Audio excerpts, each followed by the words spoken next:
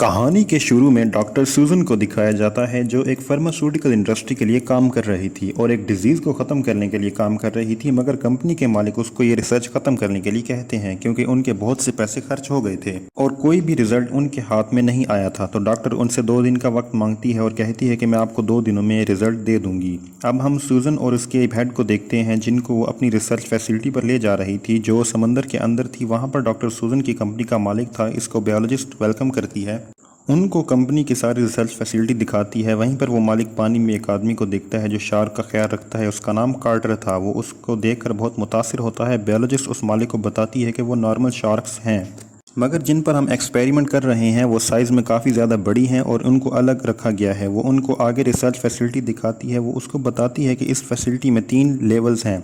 Level 1 group members रहते हैं और लेवल 2 पर लैब और शार्क्स हैं और लेवल 3 पर पूरी एक फैसिलिटी लॉक है जहां पर हम शार्क्स को लाकर उन पर एक्सपेरिमेंट करते हैं। अब यहां पर हमें पता चलता है कि डॉक्टर सूजन जो शार्क के दिमाग में प्रोटीन पर रिसर्च कर रही थी कि शार्क अगर बूढ़ी भी हो जाती है तो ये उनको आई साइट का मसला होता है और ना ही वो कमज़ोर होती हैं। इसके बाद लेवल A1 पर हम एक कुक को देखते हैं जो वहाँ पर सब लोगों के लिए डिनर बना रहा था। अब जब रात को कार्टर शार्क को खाना देने के लिए जाता है तो वो देखता है कि बड़ी शार्क छोटी शार्क को खा रही थी। कार्टर फ़ौरन से जाकर डॉक्टर सूजन को बताता है और कहता है कि हमें थोड़ा और इंतज़ार चाहिए एक्सपेरिमेंट के लिए, पर डॉक्टर कार्टर की कोई भी बात नहीं सुनती। वो कहती है कि अगर हमने कल ही एक्सपेरिमेंट ना किया तो हमें ये पूरी रिसर्च फैसिलिटी बंद करनी होगी और इसके अलावा हमारे पास कोई दूसरा ऑप्शन नहीं है। जो कंट्रोल रूम की हेड थी वो ये देखती है कि आज मौसम ख़राब है रहेगा और तूफ़ान आने की भी तवक्को है।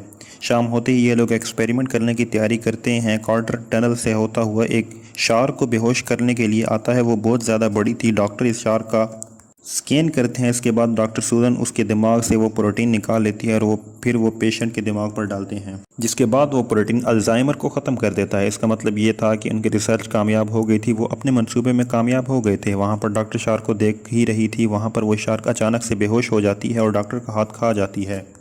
इस डॉक्टर के बाजू से बहुत खून बह रहा था। जब कार्टर ये देखता है तो वो इस शार्क को मारने जाता है, मगर डॉक्टर सूजन इस शार्क को छोड़ देती है। उस शार्क को मारने वहाँ पर दूसरी तरफ जो कंट्रोलर थी वो मदद मांगती है और हेलीकॉप्टर मदद के लिए आ जाता है। तूफान बहुत तेज़ था। वो हेलीकॉप्टर इस डॉक्टर के स्ट्रेचर को रस्सी से बांधकर उसको ऊपर खींचता है। जो बाकी लोग थे वो तूफान से बचकर दोबारा से रिसर्च फैसिलिटी में वापस आ जाते हैं। तभी वो हेलीकॉप्टर डॉक्टर को लेकर जा रहा था, उसको रस्सी को खींच कुछ मसला बन जाता है। वो उसी रस्सी ढीली हो जाती है जिससे वो डॉक्टर पानी में ही गिर जाता है। इस स्ट्रेचर को एक शार्क पकड़ लेती है और उसको अपनी तरफ खींचती है, जिससे हेलीकॉप्टर का काबू खो देता है और जाकर कंट्रोल टावर से टकरा जाता है, जिससे बहुत बड़ा धमाका होता है। इस धमाके के बाद कंट्रोलर ऑपरेटर की हेड भी मर जाती है। यह धमाका इतना बड़ा था कि उसने हर एक को हिलाकर रख दिया था और उनके रखे हुए जहाज़ और कश्तियाँ भी तबाह हो चुकी थी। हम देखते हैं वो शार्क डॉक्टर के स्ट्रेचर को एक शीशे पर मार देते हैं। वो शीशा टूट जाता है और इसके टूटते ही लैब में पानी आ जाता है, मगर तभी ये लोग वहाँ से बचकर किसी न किसी तरह से वहाँ से बचकर निकल जाते हैं, मगर लैब पूरा का पूरा डूब जाता है। अब ये लोग लेवल 2 पर जाने की तैयारी करते हैं। तब ये देखते हैं कि स्टेयर्स में भी पानी आ गया था और एलिवेटर भी काम नहीं कर रही थी और अब इनके पास ऊपर जाने का कोई भी रास्ता नहीं। तो वो दूसरी तरफ उसी कुक के पास को देखते हैं। ये लेवल 1 पर था और ये चेक करने के लिए जा रहा था कि आखिरकार ये सब क्या हो रहा है, और तभी अचानक से वहाँ पर पानी आ जाता है। लेवल 1 भी सारे का सारा डूब गया था और लेवल 1 में एक शार्क भी आ गई थी। दूसरी तरफ डॉक्टर सूजन और इसके साथी उसके बाकी साथी वो नीचे रास्ता ढूंढ रहे थे। तभी अचानक से उनके एक दरवाजे पर पता चलता है कि शार्क इस दरवाजे को तोड़ना चाहती है। कुछ ही देर बाद वो इस दरवाजे को तोड़ देती है और वहाँ पर भी पानी भरने लगता है, मगर ये लोग एक महफूज जगह पर पहुँच जाते हैं। अब मालिक को ये सब कुछ समझ नहीं आ रहा था कि शार्क उन्हें ऐसा कैसे कर सकती है, और ना ही कार्टर इन सब के बारे में जानता था। शार्क का ख्याल रखता था। तभी वो मालिक डॉक्टर सूजन से कहता है कि मुझे सच बताओ कि ये शार्क ऐसा क्यों कर रही है, तुमने अपने एक्सपेरिमेंट में क्या किया था। तो यहाँ पर वो बात जाहिर करती है कि शार्क का दिमाग इतना बड़ा नहीं होता, इसमें इतना ज़्यादा प्रोटीन निकालना आसान नहीं था। तो इस वजह से डॉक्टर सूजन और दूसरे डॉक्टर्स ने मिलकर इल्लीगल तौर पर इसके दिमाग को जेनेटिक इंजीनियरिंग के ज़रिए बड़ा किया है ताकि हमें ज़्यादा प्रोटीन मिल सके, और यही वजह है कि ये शार्क स्मार्ट हो गई है। तभी हम लेवल 1 पर उसी कुक को देखते हैं। उसको अचानक से शार्क नज़र आती है। वो उसके पीछे आ रही थी। ये किचन में जाकर छुप जाती है और ये एक शेल्फ पर चढ़ जाता है। वो भी किचन में आ गई थी। तभी उस कुक को अपना तोता नज़र आता है। वो अपने तोते को बचाना चाहता था मगर वहाँ शार्क आकर उस तोते को खा जाती है। वो कुक बहुत ज़्यादा डर गया था और नीचे गिर जाता है और दोबारा से उस कुक के पीछे आती है, मगर वो कुक इस बार ओवन में छुप गया था और शार्क जब उसको खाने वाली थी तभी उस ओवन की गैस ऑन हो जाती है। वो कुक ओवन का दरवाज़ा तोड़ देता है और ऊपर आ जाता है और वहाँ से दूर चला जाता है और अपने पास रखे हुए लाइटर को ओवन पर फेंक देता है, जिससे वहाँ पर धमाका होता है और मछली शार्क के टुकड़े हो जाते हैं।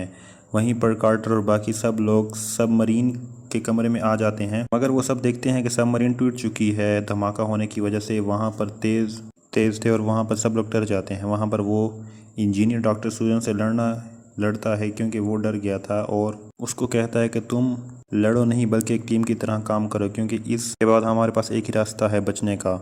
इससे पहले कि वो अपनी बात ख़त्म करता कि जैसे शार्क आ जाती है और दोनों शार्क मिलकर मालिक को खा जाती हैं। ये सब लोग बहुत ज़्यादा डर गए थे। तभी ये लेवल से बाहर निकलने लगते हैं और हवा का प्रेशर इतना ज़्यादा तेज़ था कि पूल का पानी कमरे में भरने लगता है। कार्टर और वो इंजीनियर दोनों मिलकर इस रूम को बंद कर देते हैं। फिर ये आगे लेवल 1 की तरफ जाने लगते हैं और वहाँ पर शार्क आ जाती है और वो दरवाजे को तोड़ देती है और इनका पीछा करती है। कार्टर को एक ख्याल आता है कि और वो दरवाज़ा नंबर 2 खोलने लगते हैं ताकि सारा पानी इधर चला जाए और इन लोगों को ऊपर जाने का वक्त मिल जाए।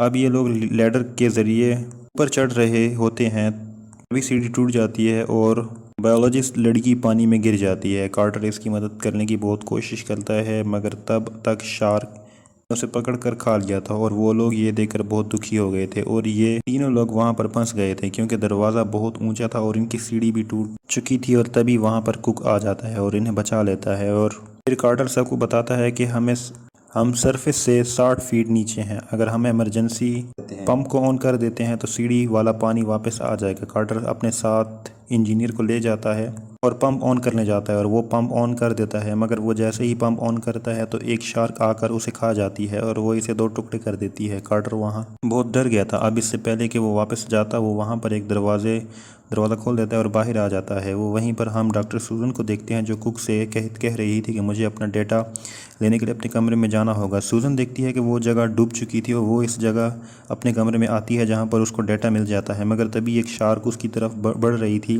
सूजन उससे बचने के लिए शेल्फ पर चढ़ जाती है, मगर इन सब चक्करों में उसका डेटा पानी में गिर जाता है। शार्क डॉक्टर सूजन पर अटैक करने वाली थी, मगर वो तभी वहाँ से बचने के लिए बिजली की तार निकालती है और शार्क के मुंह में डाल देती है, जिससे उसको एक ज़ोरदार झटका लगता है और वो मर जाती है। मगर इसके साथ ही उसका डाटा भी मिल जाता है, पर वो जल गया था। दूसरी तरफ हम कार्टर को देखते हैं जो दूसरे रास्ते से लेवल 1 पर पहुंच गया था और वो कुक को इसको अकेला देखकर समझ गया था कि वो बेचारा इंजीनियर तो वहां पर एक सरफेस को ऑन कर इंजीनियर मर चुका था। उसके बाद कुक के साथ एक चैम्बर में जाते हैं तो वहां पर एक सरफेस को ऑन कर देते हैं, जिससे उसका प्रेशर ऊपर की तरफ हो जाता है और शार्क डिस्ट्रैक्ट हो जाती है और वो लोग ऊपर की तरफ आ गए थे। जैसे ही ये लोग ऊपर की तरफ आते हैं तो शार्क की आंख में अपने रॉकेट से हमला करता है और शार्क उसको छोड़ देती है। कार्टर जैसे ही इसको पानी के ऊपर देखते हैं तो जल्दी से वो उसको बचा कर वापस आता है। सूजन उसको फ़ौरन से फर्स्ट एड देती है और ये पूरी फैसिलिटी पानी में डूब रही थी। कार्टर कहता है कि मैं समझ चुका हूँ कि ऐसा क्यों हो रहा है।